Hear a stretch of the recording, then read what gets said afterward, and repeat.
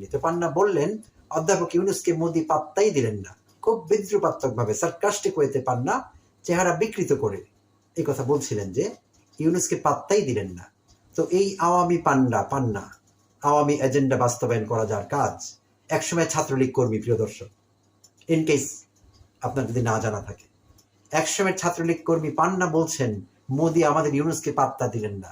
মোদির পাত্তার জন্য আমরা কবে বসেছিলাম, আর আমাদের প্রধান উপদেষ্টা কবে বসে আছেন মোদির পাত্তা দেওয়ার জন্য। মোদিকে কে পাত্তা দেয়? যদি পাত্তা কেউ পেয়ে থাকে ইন্টারন্যাশনালি, তিনি আমাদের প্রধান উপদেষ্টা অধ্যাপক ডক্টর মোহাম্মদ ইউনূস। তার কারণে শুধু তিনিই পাত্তা পাননি, আমরাও পাত্তা পাই দেশে বিদেশে।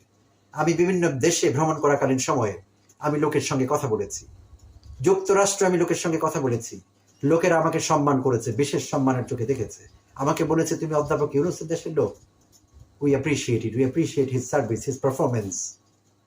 তারা বলেছে আমাকে, আরো অনেক দেশে তারা আমাকে এই কথা বলেছে, স্থানীয় লোক, ওখানকার লোকালরা, নেটিভসরা আমাকে বলেছে এই কথা, আমি নিজেই সাক্ষী সেটি। সো মোদিকে কোথায় কে পাত্তা দেয় সেইটি আমাদের জানবার বিষয়। আমরা পান্নার এই কথাকে পাত্তা দিচ্ছি না, বাট পান্না এটা বলার চেষ্টা করেছে।